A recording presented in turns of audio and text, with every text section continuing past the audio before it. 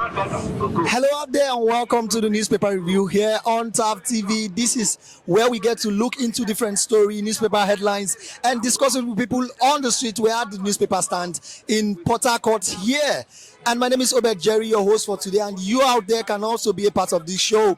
Do well to subscribe to our channel, turn on your notification button, connect with us across all our social media platforms so that when we drop videos like this, you get to receive our notifications. Well, before we discuss with people, let's first look into the newspapers and see what the headlines look like. Today being Wednesday, 2024, March 6th, we could see on the Daily Sun, it says, "I am not desperate to be president," says Peter Obi, insists it's shame for Nigerians to get grain from war-torn Ukraine.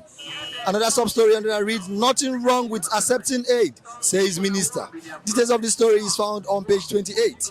You will see how the main story here reads, how we are taking economy out of woods, says Tinubu. Sub-story under that reads, "Admits country facing challenges but insists economy not distressed." Details of the story is found on page 6. Sharia Council blasts federal government for poor state of affairs. Sub-story under that reads, "Warns no solutions to issues bedeviling nation until leaders summon political will to tackle corruption." Details is found on page 27. Democracy not under threat, says Lagbaja Army Chief. Details is found on page 27 also. Ogun Governor Abiodun eulogizes Obasanjo, calls him champion for good governance. This is found also on page 27 of the Daily Sun newspaper. You can see here it says, "Lassa fever. Benue activates emergency operations center as death toll rises to 13. This is found on page 29. UAE has not lifted visa ban, says federal government. This is found on page 6. Commuters groan as protesters block Benin Auchi Lokoja Road. This is found on page 4. Hardship not extending soon. Ex-CBN Deputy Governor warns. Labels Jonathan, Buhari, Tinubu's era, years of locust. Details found on page 26. Restructuring, our blueprint ready, says Afenifere. Details found on page 29, and that's all we'll be taking on the Daily Sun newspaper. And moving on, we'll be looking at the Nation's newspaper. We could see as headline here reads, "Our economy not in distress," says Tinubu. Reforms will take country out of challenges. This is found on page 3. 72,000 tractors needed to enhance food security. Details is found on page 4. "Thank you for opposing my aspiration," and hotels YPP defectors. Details is found on page 5. We could see how the main story here reads, "Congrats to Tinubu, the visionaire. Sanwo-Olu, the actualizer in 2025. Although we understudy Sanwo-Olu," says Jimo Ibrahim. And that's all we'll be taking on the Nation's newspaper. And lastly for today, we'll be looking at the Punch newspaper. We can see here it says, "Obasanjo unveils new book on leadership at 87th birthday." This is found on page 45. "Nigeria's electricity fuel subsidies may go up 7 trillion naira, says IMF." Details of the story is found on page 30. Army chief dismisses coup call, demand good leadership. Details is found on page 43. You can see how the main story here reads, "Food smuggling. Federal government intercepts 141 grain trucks. Drivers threaten strike over attack." Sub-story is under that reads, "Customs seizes 120 smuggled grain trucks. EFCC intercept 21. Tinubu orders sale of forfeited food. Truck owners threaten to stop transporting food over attack. Say no to insurance for looted food." Details of the story is found on page 5. 767 manufacturers shut down in 2023, says MAN. Details of the story is found on page 29. Slain Imo monarch. Police arrest more suspects and men charges. Details is found on page 4. Police hunt killers of 2 Akwa Ibom siblings. Details of the story is found on page 4 and 5. And that's all be taken on the Punch newspaper. Now let's get to see the reactions of people on the street. Let's get to hear what they have to say. All right, good day. Good day, sir. I like your thoughts on the Daily Sun that says, "Restructuring, our blueprint ready," says Afenifere. Yes, I also went through the paper report. I saw what they wrote there. They said they had a meeting and they have even come up with a plan about the restructuring, their own proposed plan concerning the restructuring. They said their own blueprint is ready. Now, when you look at the situation of the nation, you will agree with this group that this nation needs restructuring. No two ways about it. Look at our electioneering process, how people will die, how there will be, Lots of lives, riots, lots of lives, lots of properties, so many things. Things will not just go well. Okay? But when we tilt to this restructuring, you discover that things will normalize. There's nobody who says restructuring will not help this nation to still continue to be one. But we know that if this restructuring takes place, there would be to break down the power of government, and to make some people lose their jobs and lose relevance in the country. Yes, I know that's what they are afraid of, but come to think of it, they were not born with this governance. And it's not a do or die affair. It's not a do or die affair. People were there before they came up, and people will still be there after them. Okay, young generations are coming. No matter how long they stay in government, they will die one day. I'm not praying that for them, but that's just the truth, the frank truth. Okay, so let us, adopt this restructuring, and all the regions will be at peace. All the regions will be at peace. Okay, the East are agitating for them to be released now. They want to be on their own. Why are they saying they want to be on their own? Because they feel they are not being treated fairly, and they want to manage their resources on their own. You can't really blame them if they say so. The West now, the Afenifere now, if they have their way, they want to be on their own. Things are just going haphazardly.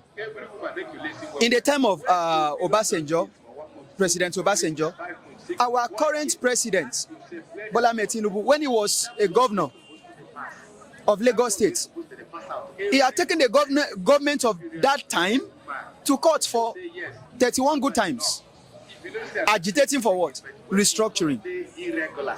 Bola Ahmed Tinubu came because he was a cabinet, a kitchen cabinet member of that particular government. It was one of the forces that, brought that government to bear. Buhari's administration. So I want to believe that is the reason why he did not really talk much about, or not even say anything about restructuring as per that time. Okay. Now, the restructuring he was agitating for, the restructuring he was taking some a particular government to court for, that government has entered his hand now. And we are expecting him to implement it. And if he fails to implement it, I don't know what he's going to tell Nigerians. I don't know what's going to say this time around, that, the government was not good enough for him to have restructured, or what will he say? Because at the time of Obasanjo, he saw the need. And the economy of Obasanjo's time wasn't as bad as this current economy. The economy of then was far better than what we've seen now. Although, if you want to look at it critically, it's had some challenges, that has, culminated to the state we have found ourselves now. We'll not really say, it's, talking about the economy of other states that are not really doing well, that are not bringing much to the table. I don't think it's really going to affect, because if you look at South that is bringing, that's the major producer of oil in the nation. What level of improvement have you seen in South? Go to the South, you not see any level of improvement that is consequent on the revenue generated from that particular region. Okay, go to the East, that they bring behind technologies as far as this nation is concerned. What level of improvements have you seen in the East? Okay, if there was any level of improvement, why would they agitate for, a breakout? Okay, go to the West. As far as, the academic sector is concerned, you give them the kudos for that.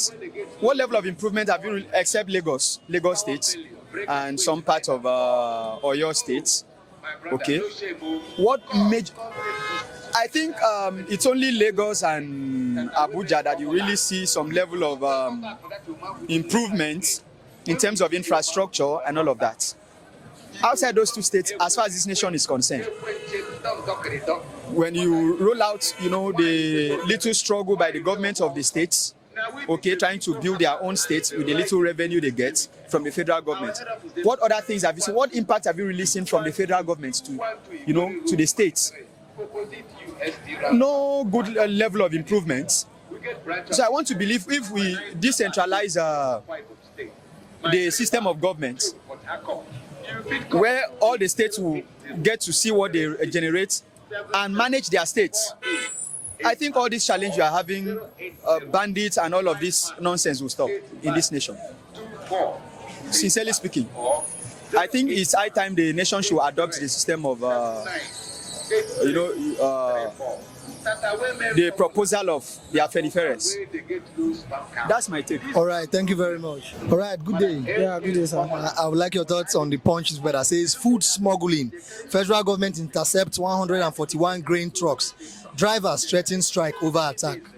Well, the papers and what it's saying this morning, it's very interesting and saddening. If that's what I should use, it's very saddening because in a country where we cry of hunger and the state of how inflation has eaten the price of every goods and commodities in the market, and we call ourselves Nigerians, and we know for a fact that it says the Bible says love your neighbor as you love yourself, and the next door person staying with me is actually my neighbor. The woman selling in the market is actually my neighbor. A customer coming to buy from a person selling is actually a neighbor. So it amazes me, or would I say it's a pitiable dismal pisma, whereby a person would definitely go out to get food stuff from the market and find out that this price has skyrocketed.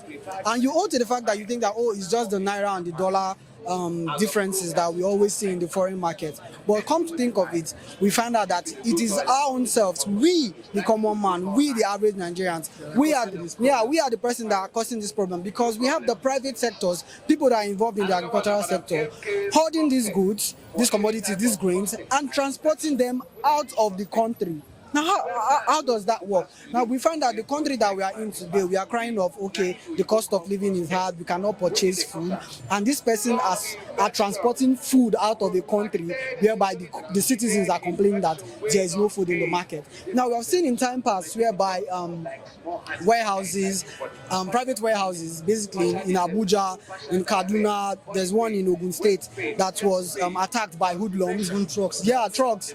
Private trucks that were attacked by hoodlums. Now you ask yourself, where are these trucks of grains going to? That is the first question we should ask ourselves as Nigerians. Where is this trucks of grains going to? Now we find out that these grains, according to the custom officers and EFCC that abduct, that captured, I think the Nigerian custom stopped about 120 trucks from leaving the country, while EFCC had 21 trucks withheld from leaving the country to Cameroon, Niger Republic, and other African countries that share borders with Nigeria. And you ask yourself, why is this happening? Why is this in a state of where people are crying for hunger, you are taking food out of the country? The agricultural sector is not even going higher. No, the thing that we should understand is it's not that the government is not working.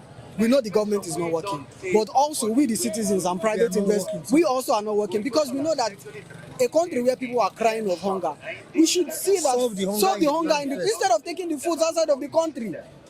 Why are you taking the grains of rice outside of the country? Why are you taking those grains outside of the country? If you have an interaction with these sellers, these hoarders of these grains and other commodities, they would always blame it down to the subsidy removal, like the high cost of petrol, how it takes them amounts to refine it, amounts to transport it to their various destinations. Why not include those prices to the cost of your goods and sell it here in the country? Instead of because what they are doing, see, it is going to surprise you that these people are taking these goods out of the country and reselling it back to other wholesalers that go to buy from the so it will look like more like an importation. Yes, like importation. And imported prices is more higher. It's more higher. That is why we have today we see that the price of spaghetti is about 1,000 something. Something we used to buy 150, 200 years back. But this is what Nigerians are complaining, that the prices of goods and commodities in the market are skyrocketing every day, and these persons that have these products in their warehouse are holding it because they want the price of this commodity to go high. They can make more gains from it. They take these goods and take it outside of the country and resell it back to other Nigerians, because we go outside, we have Nigerians that go to Niger and other neighboring countries to get food products. So why you have these products in our own country and you're taking them outside? So for me, I feel like the Nigerian Custom and EFCC, they did a very good job stopping. And from the news, you can tell that they are getting these grains and they are selling it directly to market women so that they can sell it back to the average Nigerians that can purchase it, making the price of this commodity a little bit reduced. So this is what we are clamoring for, and for me, I feel like it's a good one coming from the Nigerian Custom. And even the before now, I think this interception has been happening over 2 weeks now, and we find out that the Custom General is Abubakar Kyari is coming out to say that this is one thing that we should give the Nigerian Custom kudos for, because it's not easy to intercept these products that are leaving the country, because it's going to keep the whole lot of Nigerians in hungry. And we find out that once there is hunger in the land, we find out that youths and hoodlums will go about doing unnecessary things they are not supposed to do. We see that crimes are hitting a pivot height that we are not supposed to see in our country. Trucks are being attacked. Do you think if there is food in the nation, and even as far as kidnapping monarchs? Yes. Do you think that if there is food in the market and we are able to have the purchasing power to afford? I told you, I said to my friends that Nigerians were hardworking people. Exactly. We are very, very hardworking people, and even though we try to compromise, even when the government is not working, we try as much as possible to get the things for ourselves. We work hard and get things for ourselves. We purchase things for ourselves. We know for a lot of times, like we have, for every good grains, we also have the bad ones inside, but they're not much. I could tell you that out of 100%, we have about 85% Nigerians that go about their daily activities trying to fend well from themselves legally and not doing the illegal things, not going about perpetrating all sorts of crime just to feed for themselves. People have families to feed. So why, if I have a means to work, if there is a means of job employment, if there is a means for me to get money, so why would I want to go otherwise, where I know I can take this thing from this point to this other point, and you are going to pay me a lot of, let's say, 5,000 naira. And from that 5,000 naira, I can have a purchasing power to get goods in the market for a cheaper rate. So for me, I feel like the Nigerian government, according to the papers, President Tinubu is doing a whole lot well through the Nigerian Custom and the EFCC for intercepting these grains that are leaving the countries. And these truck drivers are complaining that yes, so they want to embark on strike and blah blah blah. It's worrisome that. I said it from the beginning that we also, as citizens, we are the problems that we have in this country. We are the problems that we have in this country. Because I don't know why you, as a truck driver, you see that these companies, you know, it's the company you are working for, and they're asking you to take this lot of grains out of the country where you know that your people are suffering. And I asked them, if they are being put as a monarch in a particular community, how would you run that particular environment? So for me, it's a big. I plead with these private organizations that are holding these products and are also taking these grains out of the country should look back, sit back, and look at the perilous times in the country and look at how citizens are suffering and how we have to help ourselves. Yeah. So these are times where they should come out and say, yes, we have these grains. Let us make our country better. Let us alleviate the lives of people in the country. Let us reduce the rate of hunger in our country, and let us make Nigerians a better place. All right, thank you very much. All right, this is where we draw our curtains for today. You've heard what has been discussed here. You've seen what people have to say as regards the headlines making rounds on the papers, and you can also be a part of this show. If you have a counter opinion, slide to our comment section and drop your comments. If you are here to subscribe to our channel, subscribe, turn on your notification button, connect with us across all our social media platforms. My name is Obed Jerry, your host for today, and this has been the newspaper review here on TAF TV. See you next time.